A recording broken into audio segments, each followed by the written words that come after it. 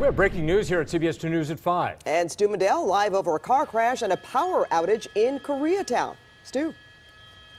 That's right. You can see the devastation right there. That vehicle shearing that power pole, part of it just hanging up there. This is going to be on 1st Street. Koreatown is the area. It's right between Virgil and Vermont. You can see PD here on scene. Department of Power, Water and Power here on scene as well. Now, nobody in that vehicle has life-threatening injuries. We know that. Department of Water Power says that folks in Koreatown can expect some power outages on and off perhaps till about 8 o'clock because they're going to have a lot of work to do to repair that pole and keep that power on. Live in Sky 2 over Koreatown. I'm Stu Mandel. Back to you two in the studio. All right, Stu, thank you. And now a life of adventure cut short by a deadly accident when a young man, an Orange County college student in fact, was killed while skiing in Colorado. Friends say Danny Geiger had a lust for life. It was almost contagious. Yeah, but now they can't believe that he's gone. CBS2's Joy Benedict is live in Newport Beach, where Geiger graduated from high school not long ago before leaving for college in Colorado. Joy? That's right, guys. Certainly a lot of heavy hearts out here in Newport Beach here this evening. Danny Geiger graduated from Corona Del Mar High School here behind me. He had left to go to college in Colorado. He was spending one last weekend with friends up on the slopes, which he loved, before heading home for the holidays. But unfortunately, he isn't going to make it home. If we were doing something, anything outdoors, anything that was adventurous, you know, Danny was signed up to be on board. It is his adventurous young spirit that family and friends in Newport Beach are missing tonight. He loved his life. But the life of Danny Geiger ended Sunday during a skiing accident in Breckenridge, Colorado.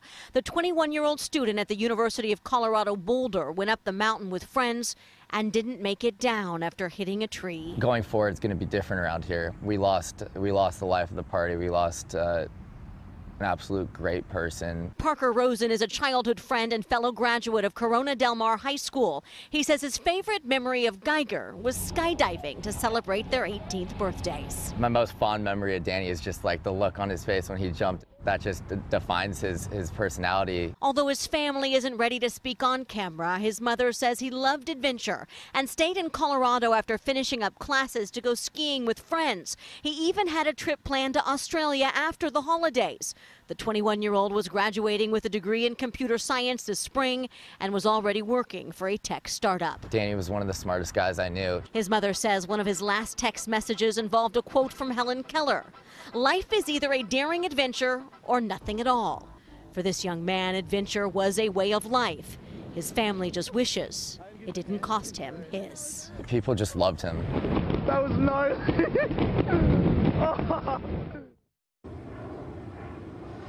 Such a tough loss for so many. Now, I did speak with the Summit County Sheriff's Department, which was handling the death up on the slopes. They say right now they have no reason to believe this was anything but just a very sad accident. However, the investigation is in the hands of the coroner department up there in Summit County, Colorado. As for any funeral arrangements, none of those have yet to be set. Guys. All right, thank you, Joy. Breaking news now. The man charged with murdering a Trader Joe's employee, shooting his grandmother and girlfriend, then holding dozens of people hostage inside a Silver Lake Trader Joe's this summer, says he's insane. At least that's what Jean Atkins told a judge this afternoon before she entered a not guilty plea on his behalf. He is charged with more than 50 crimes stemming from the July 19th standoff. He will remain in jail until under $15 million bail, and his next court date is February 15th. And now we go to developing news. There will be no multi-million-dollar severance payment to former CBS chairman Leslie Moonves. Now, that announcement came late today from the CBS Board of Directors. CBS 2's Jeff Vaughn is here now with more information. Jeff? Yeah, that announcement was part of a larger investigation into harassment at CBS. The board, which has 6 new members, says Les Moonves will not get a $120 million severance payment after all. Moonves resigned in September after a New Yorker report detailed accusations of sexual harassment and assault by multiple women. At the time, Moonves called them untrue allegations from decades ago. CBS hired 2 independent law firms to look into those accusations, as well as the overall culture at the company regarding harassment and retaliation. That investigation found grounds to terminate Moonves for cause. Those grounds include willful and material misfeasance, violation of company policies, and breach of his employment contract, as well as his willful failure to cooperate fully with the company's investigation. Now, that investigation also found that harassment and retaliation are not pervasive at CBS Corporation, but it did find that at times the company did not hold high performers accountable for their conduct or protecting employees from retaliation. Now, the investigators criticized past incidents and improper and unprofessional conduct and concluded that the company's historical policies, practices, and structures have not reflected a high institutional priority on preventing harassment and retaliation in the workplace. The company says it is taking robust steps to improve the working environment for all CBS employees. Moonvez's attorneys say the board's conclusions are without merit and says Moonvez vehemently denies any non-consensual sexual relations and that he cooperated extensively and fully with investigators. Now, Moonvez can appeal and fight for a settlement through arbitration, but tonight, no word yet on that decision. Back to you. Well, there will be much more on the Moonves case and the decision coming up at 6:30 on the CBS Evening News with Jeff Glor. What a Sunday afternoon in the IE. Police say a man being taken to a hospital by ambulance ripped off his restraints, stole the ambulance, and then sparked a pursuit from Lake Elsinore to San Bernardino County. CBS2 Inland Empire reporter Tina Patel talked to one person who came face to face with that guy. Tina. Yeah, this was a very strange pursuit. We've now learned that that suspect was on his way to get treated for mental health issues when he stole the ambulance. And in the middle of his getaway, he decided for some reason to make a pit stop at this gas station.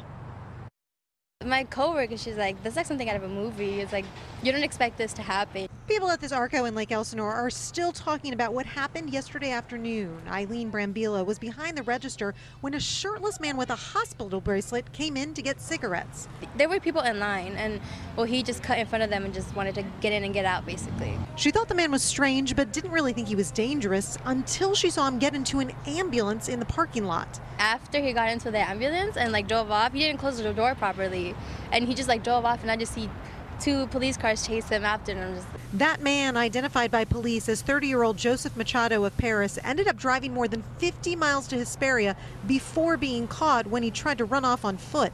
Amazingly, the only sign of his wild ride now is a flat tire.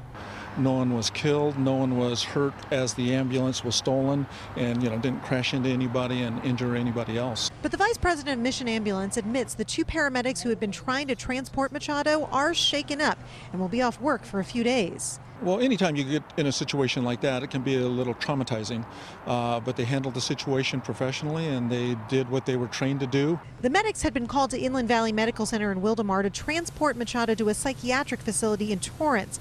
Because he'd been having some mental issues, they put him in restraints, but he started pulling at the restraints and fighting with the medic in the back almost immediately. Our driver pulled over to help assist, and that's when he really overpowered, broke the restraints, and overpowered our both of our employees, and then basically carjacked the ambulance.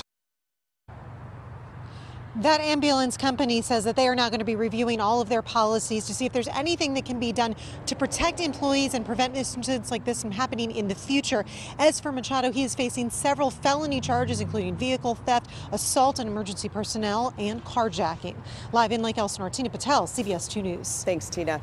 Well, the surf is up in Southern California. This was Redondo Beach earlier today. In Hermosa Beach, Sky 2 captured waves crashing up and over the edges of the pier. Big waves earlier today in Manhattan Beach were seen as well. And CBS 2's Christy Fajardo is live in Hermosa Beach, where visitors got quite the show, Christy.